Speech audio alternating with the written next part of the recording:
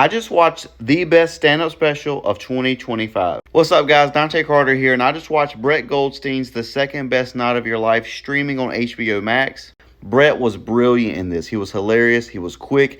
Everything he said seemed like it could have been his very own punchline. He was so funny. There was so many laughs that he packed into this hour special, and none of it felt rushed. It was quick. It was very light, but it didn't feel like it was forced or felt rushed. It was very natural. It was full of fourth wall breaks, and I know that stand-up comedy is typically full of fourth wall breaks. The whole thing is you on stage talking to people, but this just had a different feel to it. It was like he knew the ridiculousness of what he was doing on stage, and he was having fun with it. He was charismatic. He was charming. He was energetic. I mean, just this right here was a callback joke inside of another joke. It was perfect. It was hilarious. A lot of people know Brett as Roy Kent on the greatest show on TV right now, Ted Lasso.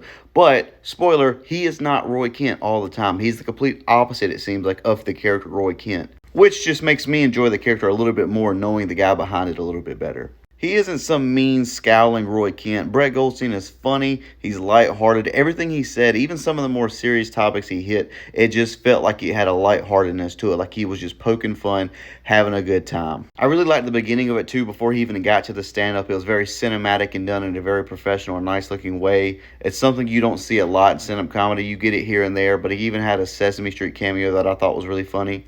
This was filmed in New Jersey, and he talks about America and his love for America. He says he loves America. He has no notes. Okay, one note, maybe two notes. Okay, three notes, but nothing else. And it's just a little bit of a cultural thing. He talks about the C word, and I don't know if I can say it on here, so I'm not going to. But he talks about the difference in England and America and the C word, which I thought was funny. He goes to a testosterone and cheese deep dish gym, he says. His dad is a pervert. His mom is hot. Of course, he mentions Ted Lasso and talks about it a little bit, even talks about his visit to the White House. He talks about pitching a show called MDMA, which is something that I would 100% watch on TV if it did get picked up. But my favorite bit by him, my favorite total bit from this entire special, was him talking about men lifting weights wistfully in the gym while Yesterday by the Beatles played. Like I said, this is the best special I've seen all year. It's a 10 out of 10. I cannot recommend this enough. You guys, please go check it out and let me know what you think.